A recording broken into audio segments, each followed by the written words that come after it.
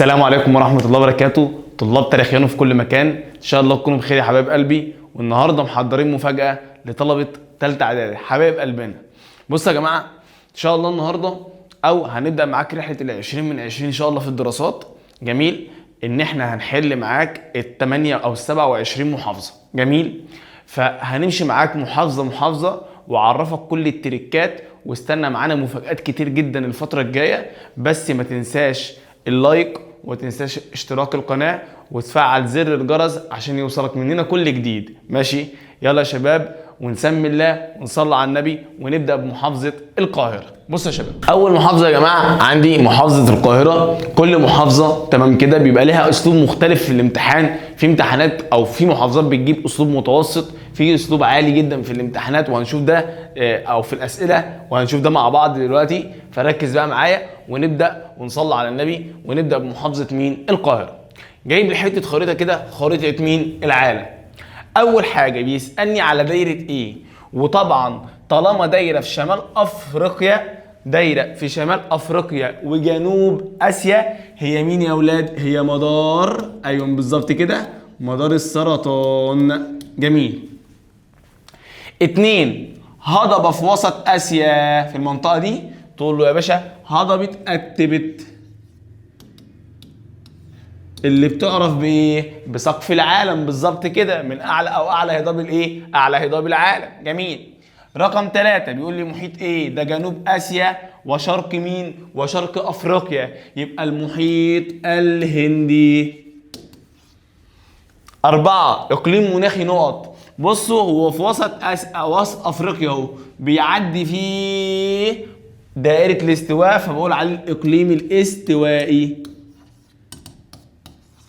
محافظة لذيذة محافظة القاهرة، ما شاء الله الخريطة واضحة، الأسئلة كويسة، مفيش فيها صعوبة. سؤال 5، حدد الخصائص المناخية للإقليم المناخي المشار إليه في الخريطة برقم كام؟ 4. هو الإقليم المناخي رقم 4 احنا لسه قايلين إيه؟ استوائي. وهنا بيعرفك بيقول لك أنا عايز الخصائص المناخية بالظبط كده. خصائص مناخية يبقى حرارة وأمطار، حرارة وأمطار، حرارة وأمطار. أما خصائص نباتية دي الحشائش والغابات. فهنا الإقليم الاستوائي زي ما أنت عارف حرارة أهو وأمطار، الاتنين طوال الايه؟ طوال العام بالظبط كده. وخلصنا اول سؤال في ايه؟ في الخريطه. نخش على رقم ب مع بعض كده. السؤال بيقول لك ايه؟ يختلف البشر في صفاتهم الوراثيه تبعا لسلالتهم. جميل.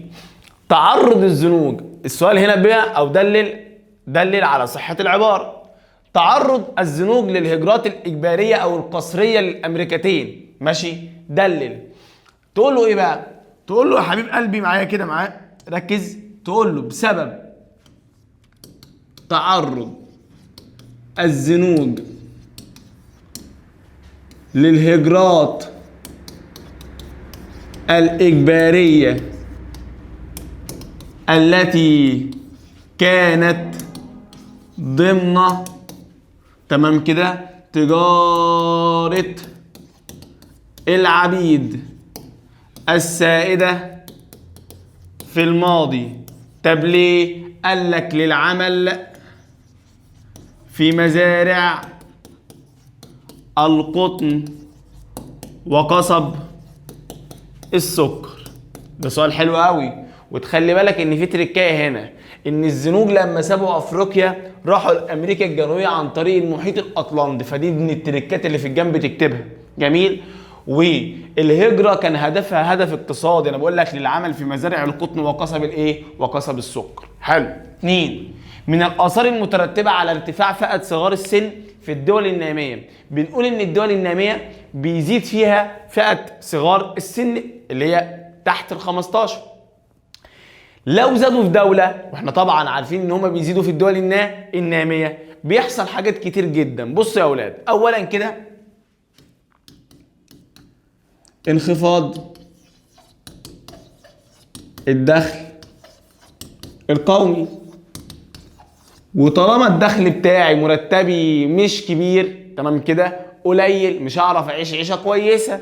يبقى 2 انخفاض الدخل القومي.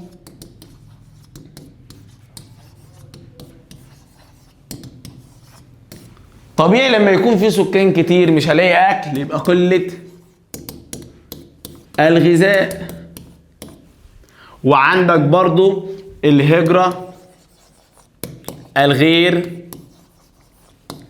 شرعيه اللي بتحصل من الدول الفقيره او الناميه ماشي للدول المتقدمه. تركز بقى معايا في النقطه دي، لان في نوعين من الهجرات. هجرات من دول اسيا او من قاره اسيا الى الدول الاكثر تقدما اللي هي الدول الناميه، دي تمشي صح. وعندك الهجرات اللي بتحصل من افريقيا لانها برضو ناميه الى دول اوروبا زي اسبانيا ومين وايطاليا. 3 اذكر سببا لقله السكان في غرب مين؟ استراليا. اذكر سببا لقله السكان في غرب استراليا. افتكر ان غرب استراليا كان بيقل فيها السكان بسبب الايه؟ سياده المناخ الصحراوي او المناطق اهو الصحراويه. جايب هنا لنا جدول وبيقول لي ان جبال الابلاش موجوده في قاره نقط. تقول له يا حبيب قلبي ابلاش امريكا الشماليه، ابلاش امريكا الشماليه، شرق امريكا الشماليه كمان. يبقى الابلاش موجوده في امريكا اهو الشماليه. جميل. وخصوصا شرق امريكا الشماليه. جبال يبقى المناخ بتاعها مناخ ايه؟ جبلي بالظبط كده. والسلاله هناك سلاله ايه؟ قوقازيه. جميل.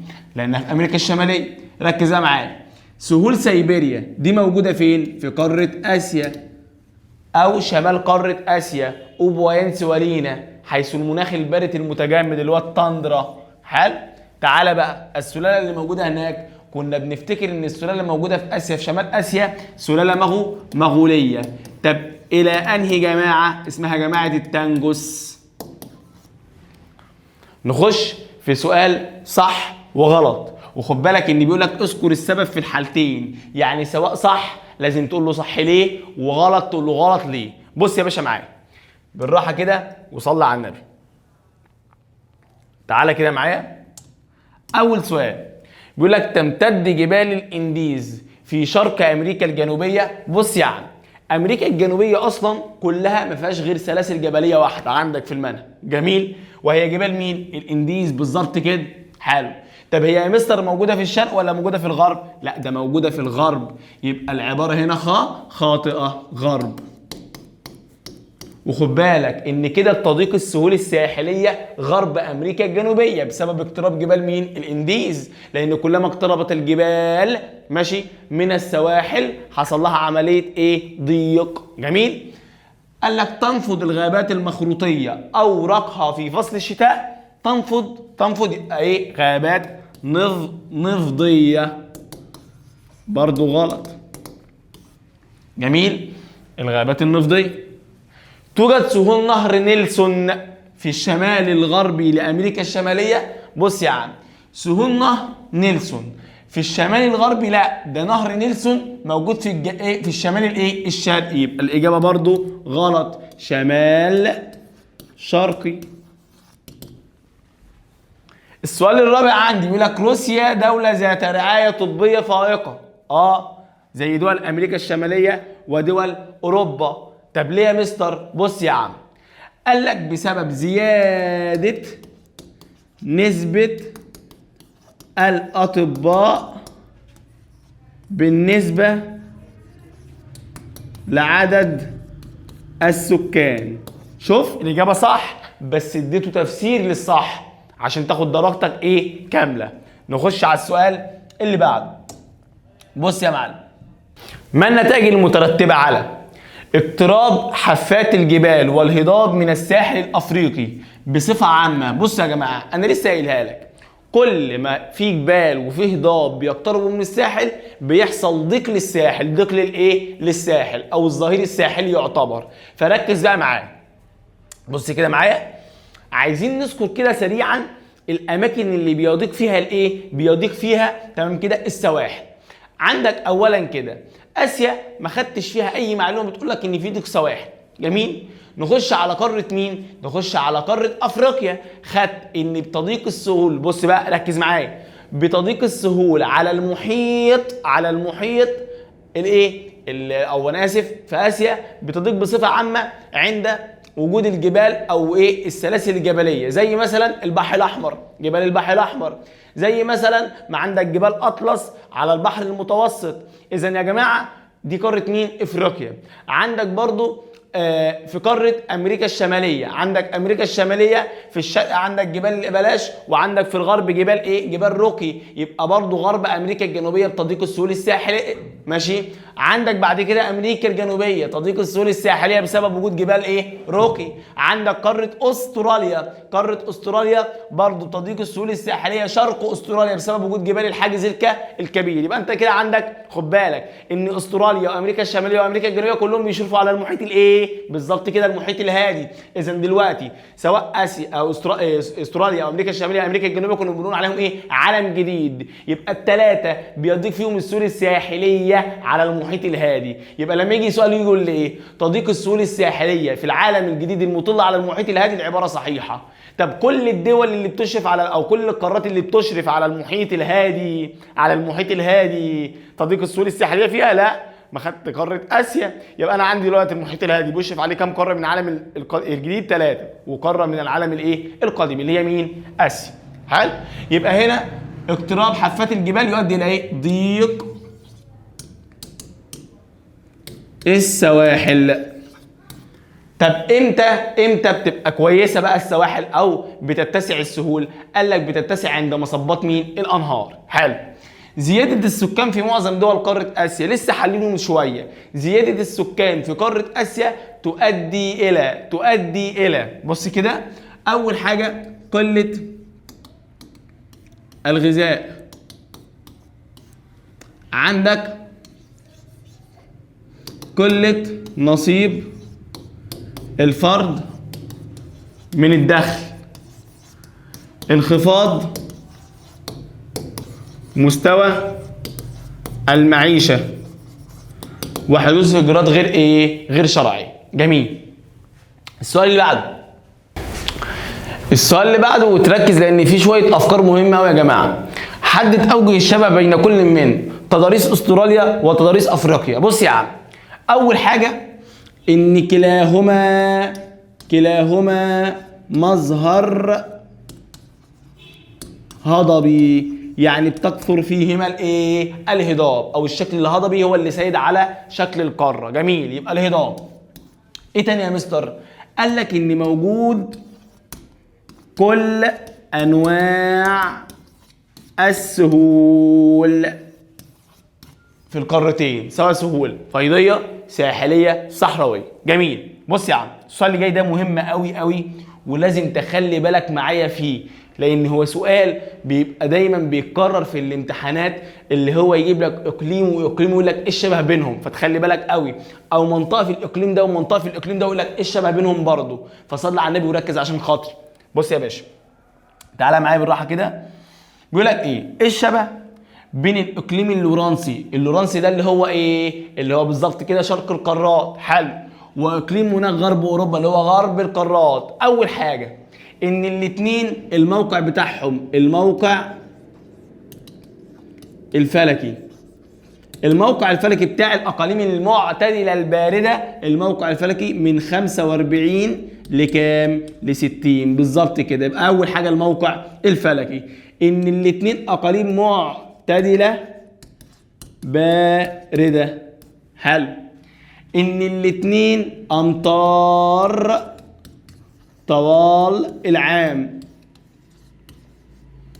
ان الاثنين برضو موجودين فين؟ بص ركز بقى معايا، شتاء او عندهم شتاء ايه؟ بارد. ده كل التشابهات بين الاقليم اللورانسي واقليم هناك غرب ايه؟ اوروبا. الاختلاف ان ده في شرق القارات وده في غرب الايه؟ في غرب القارات. ركز بقى معايا.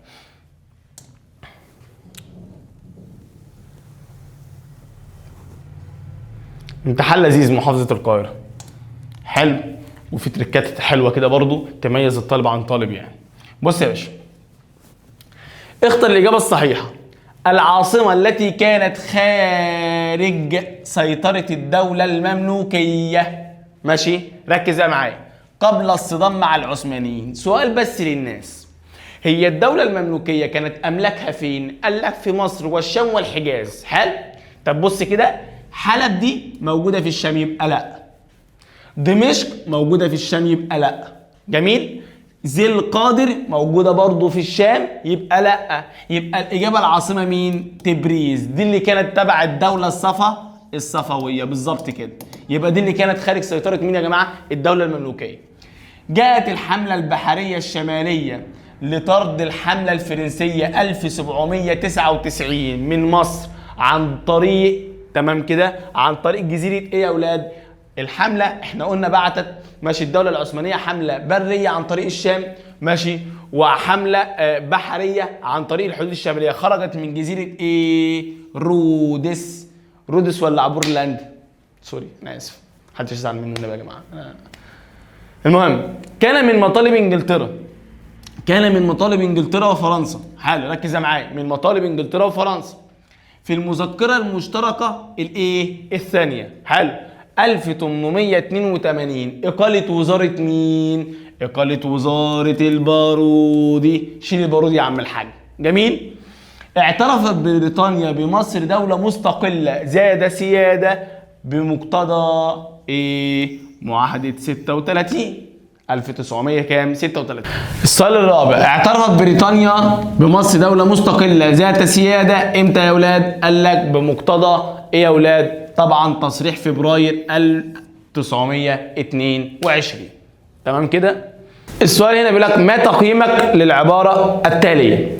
تعددت الحجج التي اتخذتها انجلترا لاحتلال مين؟ مصر. العبارة صحيحة.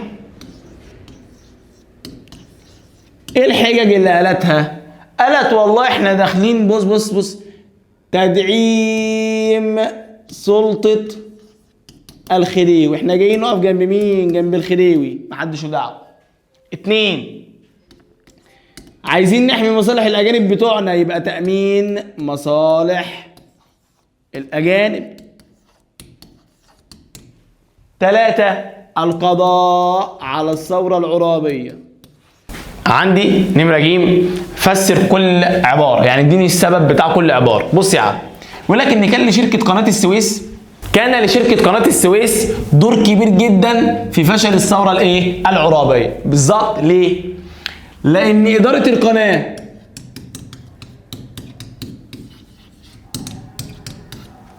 بقيادة مين؟ ديلي سيبس حلفت لعرابي 100 يمين تقول له حيادية القناة وعدم استخدامها في ايه؟ في الأغراض العسكرية. حلو. ومن ثم سمحت لمين؟ لبريطانيا العبور في القناة، وده كان سبب كبير جدا من أسباب فشل الثورة العرابية. حلو. تخلت فرنسا عن مصطفى كامل، ماشي. ليه تخلت فرنسا عن مصطفى كامل؟ بص يا عم، حصل اتفاق ودي 1904 بين مين ومين؟ بين انجلترا وفرنسا. اتفقوا في ايه؟ قال لك ان انجلترا تنفرد بحكم مصر وفرنسا تنفرد بحكم مراكش اللي هي مين؟ المغرب. ويلا يا ده مصطفى كامل من هنا، هي هتعايل ولا ايه؟ يلا شوف لك كده هيروح فيها. حلو، ركز معايا. يبقى هنا تخلت فرنسا عن مصطفى كامل بسبب الاتفاق الودي 1904 بين انجلترا وفرنسا، ان انجلترا لا تاخد مين؟ مصر، وفرنسا لا تاخد مغرب، والدنيا ايه؟ متراضيه بين الايه؟ بين الاثنين. جميل. برضه نفس السؤال، صح وغلط مع ذكر السبب في الحالتين. جميل. شهدت مصر حالة من الاستقرار بعد خروج الحملة الفرنسية؟ خطأ طبعا. ده شهدت ايه يا اولاد؟ صراع بين كام قوة؟ 3، مماليك وعثمانيين ومين؟ انجلترا، كلهم على حكم مين؟ مصر. كله طمعان في مصر الا انت يا مصر. فرضت الزعامة الشعبية إرادتها على السلطان العثماني 1806. خد بالك إن الزعامة الشعبية فرضت إرادتها مرتين. مرة 1805 لما اختاروا مين؟ لما اختاروا محمد علي في دار المحكمة إن هو يكون والي على مين؟ على مصر، بيعبر عن طموحهم وكل حاجة نفسهم فيها. حلو؟ هو وبعد كده لما حاولت انجلترا تضغط على السلطان العثماني ينقل محمد علي لولايه سالونيك، لكن تمسك الزعامه بمحمد علي ورفضه او رفضهم نقله الى ولايه سالونيك، فقام السلطان العثماني بايه؟ بتثبيت محمد علي ماشي على حكم مصر. ركز بقى معايا، فالاجابه هنا صحيحه. فتخلي بالك ان محمد برضو علي هو نفس الايد اللي اتمدت له، اللي هم الزعامه الشعبيه اللي هم المصريين نفسهم، حالوا مرتين 1805 و1806 اللي هي الزعامه، عض الايد اللي اتمدت له سنه 1809 لما نفى مين؟ عمر مكرم الى دمياط ماشي حلو، وقضى على صفوف الزعامه الشعبيه. بص كده، كانت شروط امتياز حفر قناه السويس مجحفه بالنسبه للمصريين. بص يا عم، شروط امتياز القناة التاني كانت مجحفة يعني ظالمة للمصريين. العبارة صحيحة. ليه؟ لأن مصر هتتنازل عن معظم الأراضي لصالح الشركة.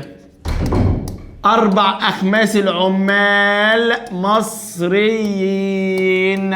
جميل. إيه تاني؟ قال لك إن مصر هتحصل على 15% من الأرباح. ظلم ولا مش ظلم؟ ده انا اللي هديك الايه؟ هديك الاراضي وهديك او 4 أخماس العمال اللي هيشاركوا في حفر القناه مصريين، وتديني في الاخر 15. ايه العوض ده؟ نسمع السؤال الثاني. ما نتائج اتساع او ما النتائج التي ترتبت على اتساع الفجوه؟ يعني اتساع يا اولاد الفرق بين اساليب القتال اللي استخدمها العثمانيين ضد المماليك. ده ليه؟ طبعا دي كان من اسباب هزيمه مين؟ المماليك، وانتهى دولتهم. يبقى هزيمه المماليك وانتهاء دولتهم. بص يا عم، ما نتائج قرارات لجنه التحقيق الاوروبيه؟ بص يا عم، هم قرارين. القرار الاول بيقول لك ايه؟ تنازل، هما 2 تنازل. تنازل اسماعيل عن اطيانه واطيان عائلته، ووضعها تحت رقابه ايه؟ رقابه دوليه. النقطه الثانيه، تنازل اسماعيل عن سلطته المطلقه لوزارة مسؤولة. خلاص يا ايه يا اسماعيل، كده احنا هتبقى ايه؟ سلطتك مجرد سلطة يعني نوعا ما ممكن نقول شكلية شوية، انت تتنازل من السلطة بتاعتك لوزارة ايه؟ مسؤولة. جميل. تعالى معايا. ما نتائج اختيار السير الاستاكر قائد العام للجيش المصري 1924؟ ده خلى اصدار المندوب السامي البريطاني انذار للحكومة المصرية بتضمن حاجات كتير جدا، منها انسحاب الجيش المصري من مين؟ من السودان. رفضت مين يا اولاد؟ رفضت طبعا سعد زغلول، رفضت وزارة سعد، فتألفت وزارة بقيادة زيور باشا الذي قبل ايه يا اولاد؟ قبل الانذار. وتخلي بالك ان زيور باشا كان رئيس مجلس الشيوخ. حل. تعالى بقى كمل معايا. ما النتائج المترتبة على أثرت معركة أبي قير البحرية سلبيا على كل من فرنسا ومين؟ ومصر. نبدأ بمين يا اولاد؟ بفرنسا. أثرت ازاي عليها سلبيا؟ تحطم الأسطول الفرنسي. حلو. قطع الإمدادات بين مين يا أولاد؟ بين الحملة الفرنسية وفرنسا في أوروبا. جميل. فقدان أمال مين؟ امال فرنسا في السيطرة على البحر المتوسط. طب بالنسبة بقى لمين يا جماعة؟ لمصر. ناخد لون تاني ونكتب مصر. بالنسبة لمصر يا ولاد، أول حاجة توقف التجارة الخارجية من الناحية الشمالية. بسبب ايه؟ ان الاسطول الانجليزي كان محاصر السواحل الشمالية لمين؟ لأم الدنيا مصر. جميل. بيقول لك هنا بقى ايه؟ ارتفاع مكانة مصر دوليا اثناء حروب محمد علي في اليونان. بالظبط. ليه ارتفعت مكانة مصر دوليا في حروب اليونان؟ قال لك بسبب تفاوض او نتائجها تفاوض ماشي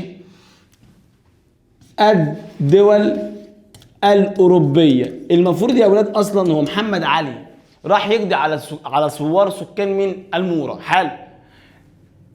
واليونان تبع مين؟ السلطان العثماني. فالدول الأوروبية المفروض لما تيجي نركز بقى مع بعض تنهي الحرب، تنهيها مع مين؟ مع محمد علي ولا مع السلطان؟ لا، مع السلطان العثماني. لا، هي قالت إيه؟ بلا سلطان بلا بتاع، احنا نتفاوض مع مين؟ مع محمد علي. فاللي حصل تفاوض الدول الأوروبية مع مين؟ مع محمد علي مباشرة دون الرجوع للسلطان العثماني. وخد بالك ده السبب اللي قوم ايه؟ القوم فكرة تمام كده ان هو خلاص هينفصل تمام كده عن الدولة الايه؟ العثمانية، وهيقابل السلطان العثماني في حروب مين؟ في حروب الشام. ودي كانت المواجهة اللي بينهم اللي ترتبت على ايه؟ علو مكانة مصر دوليا او علو مكانة محمد علي دوليا. جميل. نتائج حروب اليونان يعني. ويبقى كده يا حبايب قلبي خلصنا اول محافظة معانا. ماشي. ما تنساش لو انت عايز نحل محافظة معينة او نشرح لك حاجة معينة تكتب لنا في الكومنتات وشجع غيرك. ماشي. وابعت اللينك لاصحابك وحلوا المحافظات سوا. ماشي. وان شاء الله نعمل لكم حاجات محترمة اول الفترة الجاية، بس الناس تتابع معانا وتركز. سلام.